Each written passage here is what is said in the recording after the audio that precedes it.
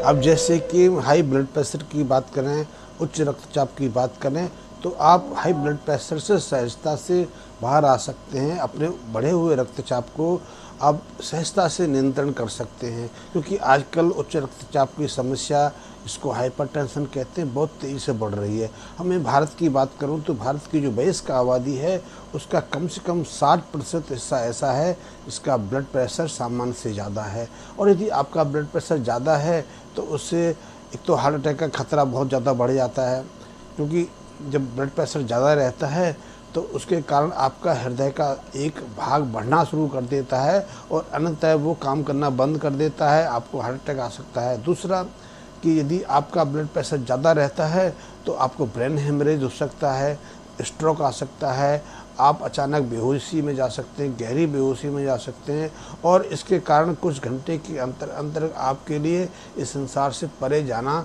आवश्यक हो सकता है, या फिर अपंगता का सामना करना पड़ सकता है। या फिर यदि आप रेगुलरली उच्च रक्तचाप से पीड़ित हैं तो आप एक्सीडेंट के शिकार हो सकते हैं, बात बात पे क्रोधित करते हैं, आपके परिवार में कलह हो सकती है, आपके बच्चों के साथ में, पत्नी के साथ में या पति के साथ में कलह पैदा हो सकती है, लड़ाई झगड़े हो सकते हैं, आप निर्णय लेने में बिछड़ सकते हैं। तो यदि आप उच्च रक्तचाप से पीड़ित हैं, ब्लड प्रेशर से पीड़ित हैं, तो इससे बाहर आना बहुत सहजता है। अभी मैं आपको बताऊं कि 3 महीने पहले, 4 महीने पहले अमेरिका में एक भारत के मित्र रहते हैं, वो बहुत दिन से हाई ब्लड प्रेशर से पीड़ित थे और इसके कारण बहुत परेशान थे। उन्हें दिन भर में 6 तरह की टेबलेटें लेनी पड़ती थी, फिर भी उनका ब्लड प्रेशर नियंत्रण में नहीं आता था, और उन्हें स्वयं ये डर पैदा हो गया कि कहीं उनका समय, उनका अंत तो उनके पिताजी की तरह एकाएक नहीं हो जाएगा, क्योंकि उनके पिताजी को भी 8 साल पहले ब्रेन स्ट्रोक आया था, क्योंकि उनका ब्लड प्रेशर ज़्यादा रहता था। और उनके जो पिताजी थे, उनके जो फादर थे, भारत के एक प्रशासनीय अधिकारी थे, बड़े अधिकारी थे, वो स्वयं अमेरिका में एक बड़ी कंपनी के बड़ी पोस्ट पर हैं, लाखों रुपए, करोड़ों रुपए साल का कमाते हैं। तो वो चिंता के कारण ना तो सो पाते थे, ना वो ठीक से काम कर पाते थे, और उन्हें लगता था कि ब्रेन स्ट्रोक से कारण, हाई ब्लड प्रेशर के कारण वो एकाएक मृत्यु को प्राप्त हो सकते हैं। तो उन्होंने मेरी एक हृदय संबंधी बुक पढ़ी थी, तो उन्होंने मुझसे संपर्क स्थापित किया।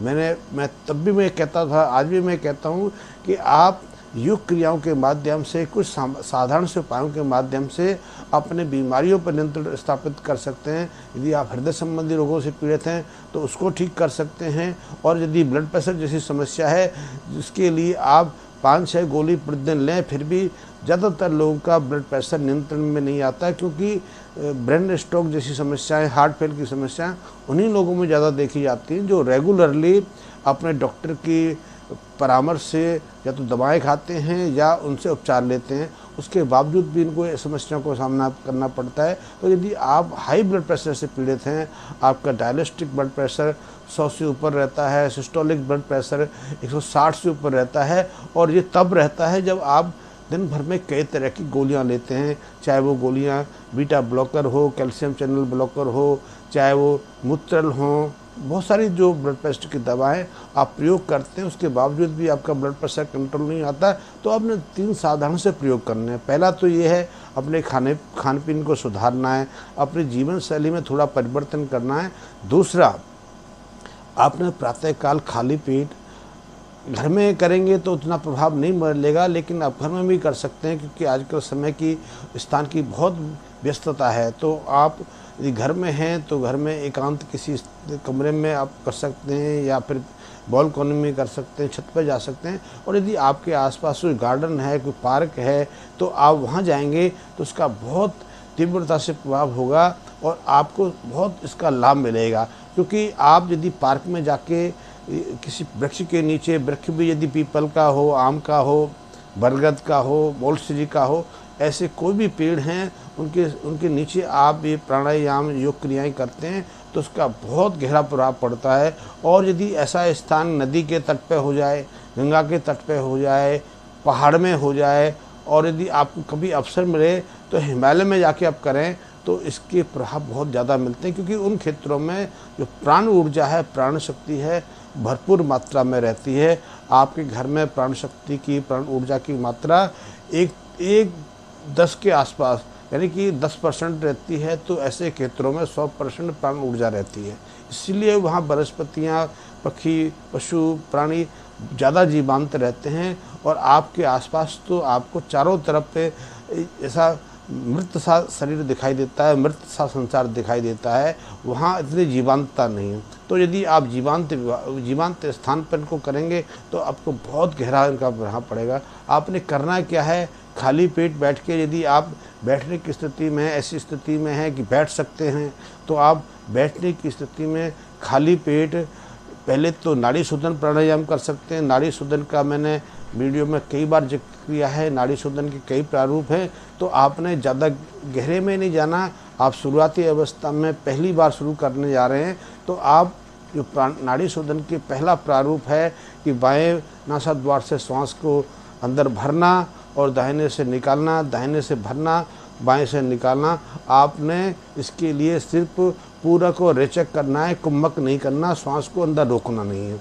यदि आप ऐसे प्राणायाम को पिछले काफ़ी समय से कर रहे हैं, तो इसके साथ में आप कुंभक का प्रयोग कर सकते हैं, श्वास को बाहर रख सकते हैं। और आप जानते हैं कि नाड़ी शोधन में हमारा जो अनुपात है श्वास को लेने का, श्वास को छोड़ने का और श्वास को बाहर अंदर ग्रहण करने का 1, 2 और 4 का रहता है। यानी कि 4 में आप श्वास को अंदर रोकते हैं, 1 में भरते हैं, और जो 2 की रेशो है, 2 का समय है, उसमें श्वास को बाहर निकालते हैं। तो इसको कर सकते हैं।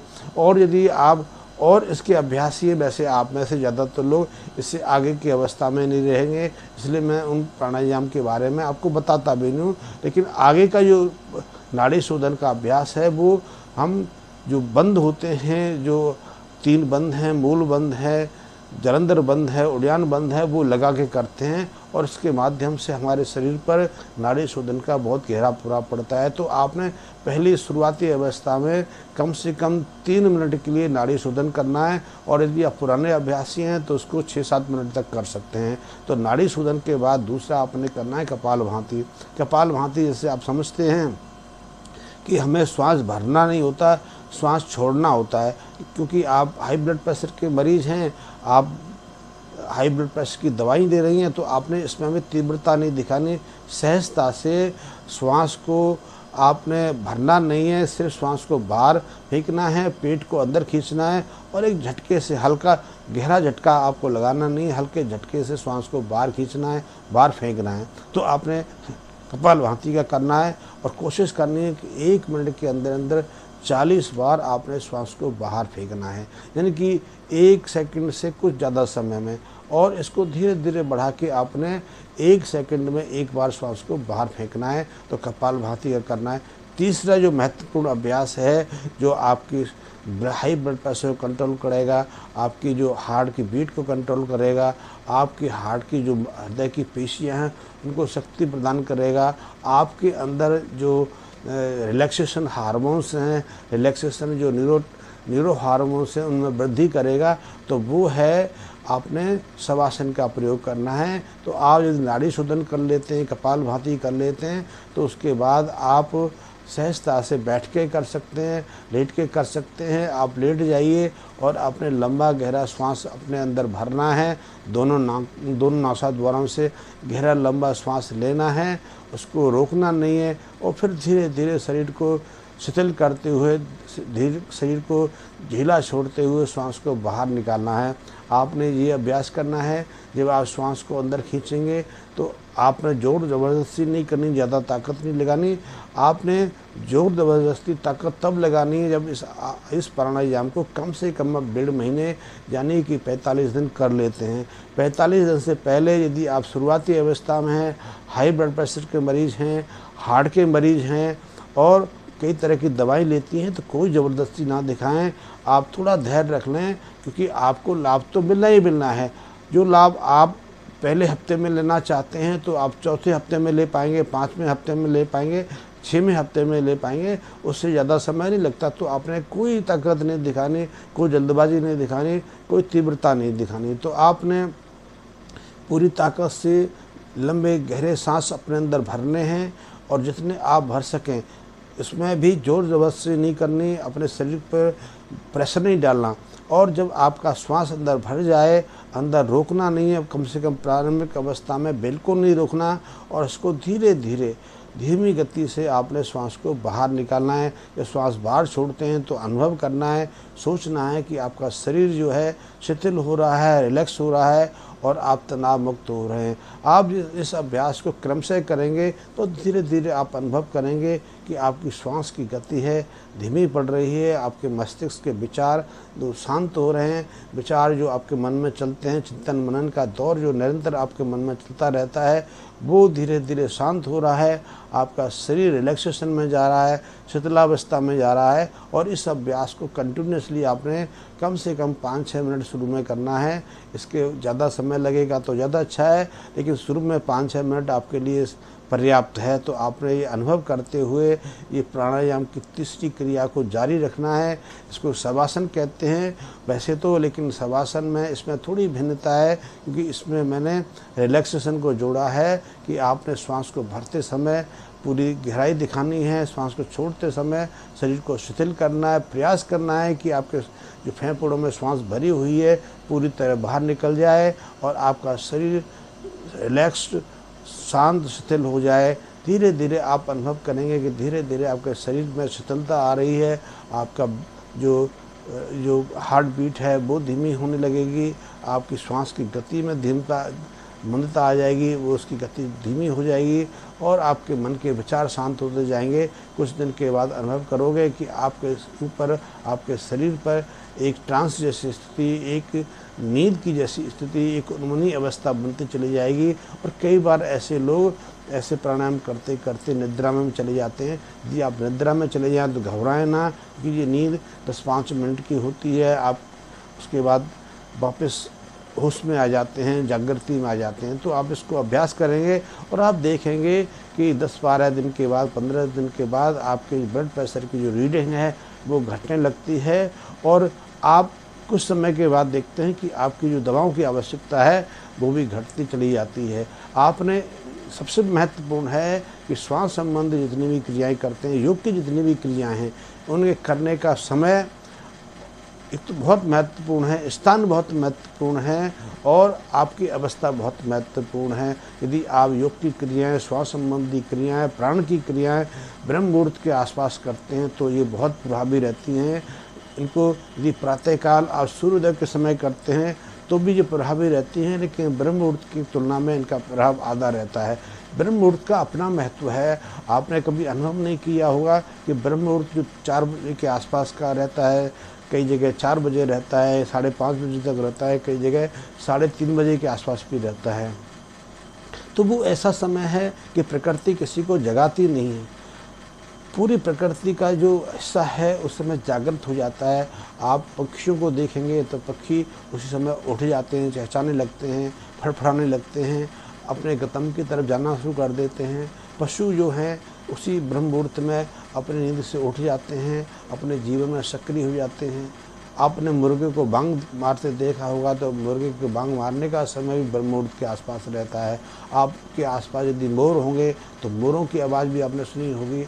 आपके घर में यदि गाय हैं, भैंस हैं, बकरियां हैं या कोई और अन्य जानवर है, कुत्ते हैं, तो आप उनको भी उसी मुहूर्त के आसपास सक्रिय होते देखेंगे, अनायास चेतना लौटते देखेंगे। उन्होंने तो कोई अलार्म लगाया नहीं होता, उन्होंने तो कहीं जाना नहीं होता, लेकिन प्रकृति का ये महत्व है क्योंकि वो प्रकृति के सानिध्य में रहते हैं, प्रकृति के नज़दीक रहते हैं, तो उनके शरीर में स्वतः कुछ ऐसा होता है उस ब्रह्म मुहूर्त के आसपास। और मैं तो बताऊंगा कि ब्रह्म मुहूर्त के आसपास उनके शरीर में नहीं, हमारे शरीर में होता है, क्योंकि जो हमारी पीयूष गिनती है, हमारी जो पिट्यूटरी ग्लैंड है, हमारी जो बायोलॉजिकल क्लॉक है, उस समय अचानक सक्रिय हो जाती है। प्रकृति के साथ में प्राकृतिक जो ग्रह नक्षत्र हैं उनके साथ हमें उसका कोई संबंध है, क्योंकि उसी समय प्रकृति, संपूर्ण प्रकृति एकाएक सक्रिय अवस्था में आ जाती है। यहाँ तक कि जो रात को फूल जो सिकुड़ जाते हैं, जो पंखुड़ियाँ को सौंक देते हैं, वो सुबह ब्रह्म मुहूर्त के आसपास पुनः खुलने लगते हैं।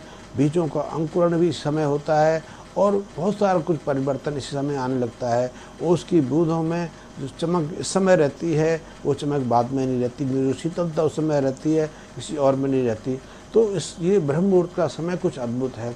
ऐसे ब्रह्म मुहूर्त में आप ब्रह्म स्थान पर, ऐसे प्राणमय स्थान पर यदि कोई प्राणायाम करेंगे, आप घूमेंगे, कुछ नहीं करेंगे, वहाँ समय व्यतीत करेंगे, तो अपने अंदर एक जोश, एक ओजस्वता अनुभव करेंगे। और वो ओजस्वता जो है, वो तेज जो है, आपको स्वास्थ्य देगा, आपको निरोगता देगा, आपके शरीर में ऊर्जा को शीर्ष स्तर पर ले जाएगा। तो ये स्वास्थ्यकारी हैं। बगीचे में घूमना, गार्डन में घूमना कोई ऐसे नहीं बताया गया। वहाँ जाके कोई आप टॉनिक लेने नहीं जाते, वहाँ कोई आपको उपचार नहीं देता, लेकिन वहाँ जाने के बाद आपकी सारी शिथिलता दूर हो जाती है, आपकी सारी क्रोध की अवस्था है, आपकी जो उदासी की भावना है स्वतः दूर हो जाती है, क्योंकि वहाँ प्राणमय वातावरण मिलता है। और ऐसे प्राणमय वातावरण में यदि आप योग क्रियाएं करते हैं, प्राणायाम की क्रियाएं करते हैं, प्राण को ग्रहण करते हैं, प्राण का अपने शरीर के अंदर संचय करते हैं, तो आपकी प्राणमय शक्ति में और वृद्धि होती है। और प्राण जब तक आपके शरीर में, आप न केवल जीवित हैं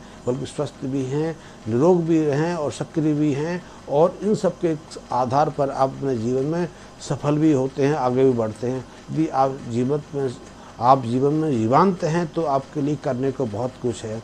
वैसे तो जीवन को देखा जाए कि जीवन में करने के लिए कुछ आवश्यकता नहीं, कि जो आप कर रहे हैं, जो मकान बना रहे हैं, दुकान बना रहे हैं, जो पढ़ाई कर रहे हैं, जो आप कुछ भी खर्च रहे हैं, वो आप पहली बार थोड़ी कर रहे हैं। आपने जो मकान आज बनाया, क्या आपके पिता ने मकान नहीं बनाया या उनके पिता ने मकान नहीं बनाया? मकान तो सबने बनाया। लेकिन आप जिस मकान में रहते हैं उसमें आप अकेले रहते हैं, आपकी पत्नी रहती है, आपके बच्चे रह सकते हैं, लेकिन आपके पिता ने जो मकान बनाया उसमें तो और भी बहुत सारे लोग थे। वहाँ तब 8 लोग रहते थे, अब आप 3 लोग रहते हैं। और उनके पिताजी ने जो बनाया तब 15 लोग थे, तो 15 लोगों के साथ जीवन को व्यतीत करना कितना आनंदमय होगा। आप अकेले एकांत जीवन जीने में ज़्यादा खुशहाल रहते हैं। तो मेरा कहने का अर्थ है, स्थान का बहुत महत्व है, स्थान के साथ उस समय का बहुत महत्व है।